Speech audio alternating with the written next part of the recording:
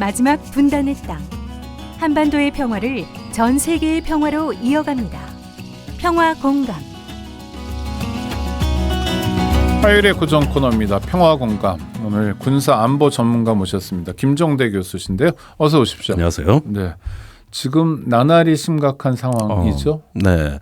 뭐 아무래도 그 북핵 위기로부터 시작해서 대만 해협 사태, 우크라이나 전쟁 위기가 겹쳐지는 이렇게 불타는 세계에서 뭔가 화산 위에서 살고 있다는 이런 어떤 불안함? 그것도 활화산이네요. 예, 예, 활화산이죠. 네. 네.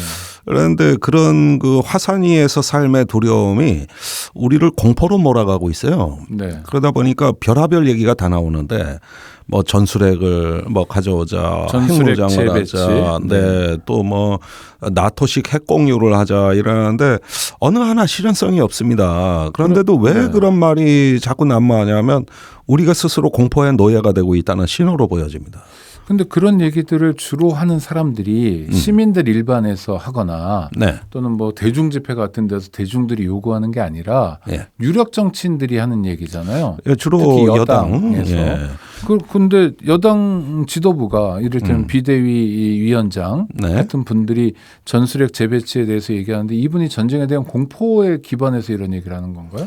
그러니까 일단은 실현성이 있는 뭔가 실현 가능한 대안들을 가지고 논의를 해야 되는데 일단 질러보는 식의. 질러보기. 예, 그러면서 또 뒤에서 색깔론이 나오고 이런 것들은 우리가 익히 저도 뭐 30년째 이 분야를 보고 있습니다만은 이게 바로 어떤 그 안보를 어려움이 있을 때 우리가 그것을 극복해 나가고자 하는 긍정적이고 낙관적인 자신감에서 나오는 언어가 아니고 두렵고 불안하고 이럴 때 나오는 발언이라는 어떻게 것이죠. 풀어야 될지 잘 모르기 때문에 말을 세게 하는 거다. 이렇게 그렇죠. 뭐 거죠? 그런 면에서는 아무 말이나 뭐 다 하는 거죠. 이게 그런데 이럴 때일수록 오히려 우리가 이성적으로 객관적으로 판단하고 무엇이 실현 가능한 대안인가를 성찰하는 그런 위기 관리의 어떤 리더십이 중요하거든요. 근데 아무 말이나 다 질러대면 그러면 뭐 하나하나 짚어보겠습니다. 더 위기가 오는 거죠. 그렇죠. 우리 가톨릭 평화방송 라디오 청취자들을 위해서 1번 전술핵 재배치 말도 안 된다. 왜 그렇습니까? 예, 전술핵 재배치는 우선 배치할 전술핵이 없습니다. 없다. 예, 없어요. 우선 전술핵이란 용어 자체를 위험하게 봅니다. 그래서 관훈 토론에서 어제 필립 골드버그 주한미국 대사가 그 전술핵 용어를 쓰는 거에 대해서 난 매우 위험하게 본다. 이게 전형적인 미국식 표현이에요. 어떤 의미입니까? 그러니까 우리는 전략핵, 전술핵을 구별해서 미국은 보잖아요. 그렇게 구분 안 합니다. 핵무기면 다 똑같은 핵무기지 뭔 전술핵이냐. 이러면서 전술핵이란 용어 쓰면 의자에서 일어서 가버리는 사람들이에요. 그런 위험한 용어 쓰지도 마라. 그리고 얘기도 하지 마라. 이러는 사람들이 미국 사람들이에요. 그 이유가 전술핵, 택티컬 뉴클리어 웨펀 할 때는 그 말이 사실은 위력이 작은 핵무기로 이해하지만 그 이면에는 무슨 의미가 있냐면 실전에 사용 가능성이 높은 핵무기란 뜻이 됩니다. 보통 요새 언론에서도 하는 얘기가 전략핵은 우리가 못 쓰지만 전술핵은 쓸 수 있는 거 아니냐. 또 푸틴도 그런 마음 아니냐 이렇게. 그러니까 러시아는 미국하고 핵 전략이 다르죠. 미국이 그 갖고 있는 전술핵이라고 뭐 전술핵 인정은 안 한다 그러지만 비슷한 무기가 B-61 중력 핵폭탄인데 그게 200기거든요. 그런데 러시아는 2000기입니다. 그리고 그것도 전투기에서 떨어뜨리는 것뿐만 아니라 자주포로도 쏘고 단거리 미사일로도 쏘고 요즘 북한이 많이 쓰는 KN-23이라는 그 이스칸데르 미사일이 있어요. 우리가 이제는 익숙해진 미사일이죠. 그걸로 써요. 러시아는. 그러니까 실제로 핵 공격을 하겠다고 마음만 먹으면 정말 끔찍할 수 있겠네요. 그렇습니다. 그러니까 이 전술핵을 적극적으로 인정하고 이거를 실전에서 사용 가능한 무기로 인식하는 건 러시아 전략이고 그걸 지금 북한이 답습하고 있는 겁니다. 그런데 이 서구의 미영 계열의 어떤 서구 사회는 전술핵이라는 개념을 우선 인정하지를 않고 그럼 한미동맹을 강하게 주장하고 있는 한미동맹의 필요성을 강조하는 국민의힘 입장에서는 전술핵이란 말 자체를 쓰면 안 되겠네요. 그러니까 한미동맹은 비핵동맹이에요. 무슨 얘기냐. 미국이 정치적 공약으로서 핵우산을 제공해 준다는 얘기지 핵을 공유하는 나토와는 다르다는 겁니다. 나토는 핵동맹이에요. 거기에 우선 핵보유국 영국하고 프랑스가 있고 핵이 없는 독일, 이태리, 네덜란드, 튀르키예 같은 데는 미국이 그 항공 핵폭탄을 그 나라에 그 일정 정도 저장함으로써 다 같이 핵보유국이 된 것 같은 느낌. 이런 어떤 그 핵 공동체가 나토 동맹이고 네. 미일 동맹이나 한미 동맹은 그런 동맹이 아닙니다. 일본과 한국이 비핵 국가로 남아 있다는 전제 하에서 동맹이에요. 그러니까 즉 우리가 만약에 핵에 대해서 독자적인 전략을 추구하면은 이 한미 동맹은 위태로워지는 겁니다. 그러니까 인도나 파키스탄이 했던 것처럼 독자적인 핵무기 개발을 하면 어떻게 됩니까? 인도, 파키스탄은 미국 동맹국이 아닙니다. 네. 그런 동맹이 깨질 수 있네요. 예, 그 나라는 저기 비동맹 자기 독자 외교하는 나라지 뭘 안보를 미국에 신세집니까? 아니, 대한민국 입장에서 만약 인도처럼 간다면 한미 동맹은 깨지는 거고. 저는 깨질 가능성이 높다고 보는 네. 게 그게 바로 트럼프의 정책입니다. 네. 트럼프가 주한미군 철수시키겠다, 한미 FTA 깨겠다. 네. 이렇게 동맹의 핵심 규범은 다 부정했어요. 그렇죠. 그러나 한국이 전략자산 뭐 미사일 마음대로 개발해라. 그래서 미사일 협정도 사실은 트럼프 대통령 때 폐기된 거고, 그러나 핵까지는 차마 얘기를 못했지만 네. 트럼프가 전술핵을 엄청나게 좋아했습니다. 네. 그래서 순항 미사일이라든가 그 토마호크 같은 단거리 전술 지대지 미사일, 함에서 발사하는 함대지 미사일에 그 소형 핵탄두를 장착하는 이 전술핵 개발을 추진했다가 바이든 대통령이 몽땅 중지시켰습니다. 네. 몽땅. 그게 다 백지화돼 있어요 지금. 그럴 때 트럼프는 뭡니까? 한미동맹 여차하면 깨겠다는 사람이에요. 아니 주한미군 철수하고 FTA 폐지하고 다 뭐 대한민국이 군사주권 행사하고 그러면은 이제 그 완전히 이제 대한민국은 뭐 자주구 독립국가가 되는 건데 네. 그게 이스라엘입니다. 이스라엘이 미국의 동맹국이라 그러지만 미군이 단 한 명도 주둔하지 않아요. 그렇죠. 그리고 이스라엘 공식 정책이 동맹에 의존하는 위험한 방위 정책이 아니라 철저히 자국의 핵무력에 기반한 자주국방을 하는 나라입니다. 그러니까 우리나라가 이스라엘 같이 되려고 마음먹으면 되는 거예요. 네. 미군 다 내보내고 우리는 우리 식대로 살겠다. 이렇게. 그러니까 어떤 분들은 네. 북한이 핵무기를 보유하고 있는 상태에서 네. 한반도 평화와 안전 보장을 위해서는 우리도 핵무력을 가져야 된다. 그것도 자주적인 핵무력을 빨리 핵무기 개발을 해서 우리가 돈이 없는 것도 기술이 없는 것도 아니니 핵무기를 가져야 된다. 핵보트는 우리가 누를 수 있어야 된다라는 주장도 일각에 있는데 이에 대해서는 어떻게 생각하세요? 글쎄요. 한국전쟁 이래로 지난 70년간 우리의 생존의 번영과 또 어떤 대한민국이라는 국격을 만들어 온 이 역사를 이제 청산하고 다시 국제사회로부터 고립돼서 우리가 우리식으로 어떤 독자적인 그 길을 가겠다. 이렇게 한다면은 과연 국민들이 감당할 수 있을까? 경제적으로 지금 무역을 통해서 돈 버는 것들 이런 것들 다 포기하고 1950년대 60년대 정도의 소비 생활 소득 수준으로 간다. 네. 아니 저는 꼭 그렇게는 얘기하고 싶지는 않지만 이제 국제사회의 일원으로서 국제사회의 규칙과 어떤 규범을 지키는 대한민국이라는 것은 여기서 종말을 고하는 겁니다. 그것이 뭐 어떤 효과가 뭐 경제적 안보적 효과가 다 있겠지만 그건 나중 문제라 하더라도 지금 대한민국처럼 개방되고 자유로운 나라가 어디 있습니까? 이런 나라가 국제사회의 규범으로부터 일탈한다.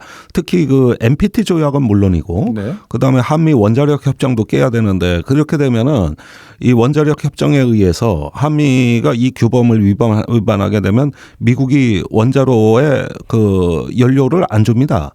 그러면 탈원전이 자동으로 돼요. 네. 이것처럼 탈원전 쉬운 방법이 없습니다. 네. 이제 원자력 발전소 우라늄 그 연료 끊어버릴 거고. 또 하나는 국제 제재도 있지 않습니까? 국제 제재가 그 2005년에 우리가 그 1g도 안 되는 실험실에서 플루토늄 추출한 거 증기 형태로 그게 걸려서 유엔 안보리 제재 결의안이 발의됐습니다. 그것도 발의한 당사자가 미국입니다. 그 유엔 안보리까지 싹싹 빌고 사찰 잘 바꿨다고 그러고 그래서 10년을 우리가 고생했습니다. 10년을. 그럼 진짜로 핵무기 개발을 시작하면 북한 꼴이 될 가능성이 매우 높겠네요. 그러니까 일단은 당장 에너지 정책부터 파산이고요.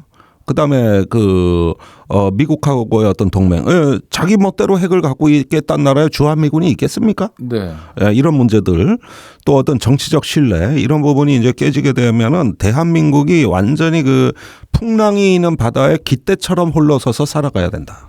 그러니까 겨울을 날려면 도시가스나 뭐 이런 건 안 되니까 나무에다가 땔감으로 쓰면서 예전처럼 갈탄 쓰거나 이러면서 살아야 된다. 그거를 각오하면 핵무기를 만들 수 있다. 이런 얘기가 과장이 아닌 거네요. 교수님 말씀이. 예, 저는 일단 그런 길로 가지도 못할 거기 때문에 우리가 불필요한 가정을 할 필요가 없다고 보는 게, 아니 대한민국이 왜 그런 가정을 해야 됩니까? 그런 얘기를 하는 사람들이 있어서요. 지금. 아니 그러니까 그분들한테 묻고 싶은 게 뭐냐면은 이게 아무 대안이나 어떤 극단적 대안을 마구 이야기할 수 있는 건 정치적 자유가 아니다. 그렇죠. 국민의 삶이 달린 문제니까요. 이거는 국민의 삶을 실질적으로 우리가 보살펴야 되는 성숙한 리더들이 아니라는 거고, 그건 위험한 분들이에요. 그리고 이 실현 가능한 현실성 있는 대안 위에서 대한민국이 조금이라도 무언가를 안보를 개선해 나가는 것이지. 아니 지금과 같은, 저는 지금의 안보 체제가 최상의 지금 억제력을 발휘한다고 봅니다. 이 이상 더 좋을 수 없어요. 한미 동맹에 기반하고 또 비핵화 거기에다가 세계 6위의 군사비를 쓰고, 이러면서 어떤 전천후 작전을 하면서 북한이 조금이라도 핵무기를 쓸 조짐을 보이면 북한도 파멸한다는 걸 잘 알려주는 이 이상의 안보가 있을까요? 저는 그것이 꼭 핵으로 뭐 북한을 제압해야 된다 그러지만은 사실은 이미 우리는 전술핵에 버금가는 현무 괴물 미사일도 갖고 있고, 그다음에 뭐 윤석열 대통령 탄두가 9톤짜리 그 중력탄을 미사일을 개발했다 그러는데 전 세계에 그런 미사일은 없거든요. 그러니까 그런 거 이제 지하 100m까지 들어간 벙커버스터다 이런 얘기도 하고 있고, 사실 차고 넘칩니다. 그러니까 북한을 수십 번 초토화시킬 수 있는 이미 역량을 갖고 있고, 그다음에 동맹이 있고, 전 세계가 대한민국을 지지하고 있고, 이거보다 더 좋은 안보를 어디서 구합니까? 이 이상 무슨 더 이상 좋은 안보가 있을까요? 현행 시스템이 가장 훌륭하고 그 위에서 우리가 조금 더 나가려면은 이제 이런 내실을 기하는 영역이 남아 있는 거거든요. 근데 다 떠나서 그렇게 독자적인 길, 핵무장의 길로 가겠다 그러면서 전시작전권은 왜 반환 안 받겠다고 합니까? 아니 핵 버튼을 누르는 나라가 전시작전권도 없습니까? 그러면 그거는 그러니까 이게 이율 배반인 거예요. 이율 배반. 우리는 지금 정상 국가가 아니에요. 전시작전권도 없고 정전협정 서명국도 아니고 국가적 자율성이, 정체성이 근원으로부터 우리는 침해받고 있는 나라, 헌법 위에 정전협정이 있는 나라, 대통령 위에 유엔 사령관이 있는 나라입니다. 이게 실제 안보입니다. 이런 나라에서 왜 이런 만용을 부립니까? 그러면은 전작권부터 가져오십시오. 그런 식으로 하면 유엔 사령부 해체하고. 왜냐하면 전시작전 지휘권이 없는 상태에서 핵무기를 개발하면 누르지를 못하는 거니까. 누르지를 못하는. 그러니까 그게 말장난인 거예요. 아니 근데 말장난. 이렇게 국민들은 불안해하는데, 또 현무는 지난번에 강릉 부대 군부대에 떨어지질 않나. 그런데 이렇게 여당 지도자들이 말장난만 하고 있으면 이건 정말 그거야말로 심각한 문제 아닌가요? 아니, 앞으로 나가다가 떨어지는 미사일은 봤어도 뒤로 날아오는 미사일은 제가 보다 처음 봤거든요. 그러니까 이런 면에서 우리가 갖고 있는 허장성세를 걷어내고 정말 내실 있는 실질적 안보의 토대를 구축하는 말 그대로 국방개혁 4.0의 시대를 열어야 됩니다. 그리고 우리는 역비대칭 전략이라고 카운터 에스메트릭 이런 역비대칭의 능력을 갖고 있는데 북한이 없는 거. 우리는 첨단 하이테크가 있어요. 그래서 북한은 우리가 무엇을 준비하는지 모르지만 우리는 촘촘하게 북한을 감시할 수 있거든요. 이런 능력을 믿으십시오. 이건 하루아침에 된 게 아닙니다. 그런 면에서 아니 지금 우크라이나 폴란드가 핵무기가 없습니다. 그런데 러시아가 핵 위협을 가하고 있어요. 그럼 우크라이나나 폴란드에 핵무기 줘야 됩니까? 미국이 주겠어요? 줄 리가 없잖아요. 그 우리가 찬성할 수 있습니까? 남의 일이죠. 기본적으로 미국 입장에서. 아니 그게 침공받았다고 러시아가 밉다고 우리 폴란드가 핵무장 하자는데 유엔에서 표결이 붙으면 찬성표 던질 수 있습니까? 없죠. 안 할 거 네, 뻔하잖아요. 네. 그러니까 우리 스스로도 마찬가지라는 거예요. 네. 외국이 우리 한국을 뭐라고 보겠어요. 또 하나는 9.19 군사 합의 이거 파기해야 된다. 네, 비핵화 공동선언도 파기해야 된다. 91년도 그렇고 이건 어떻게 보세요? 그건 더 나간 얘기입니다. 네. 그러니까 9.19 합의 군사 합의서는 정전협정의 탁월한 요소. 네. 이게 전 세계에 23개의 평화협정이 있거든요.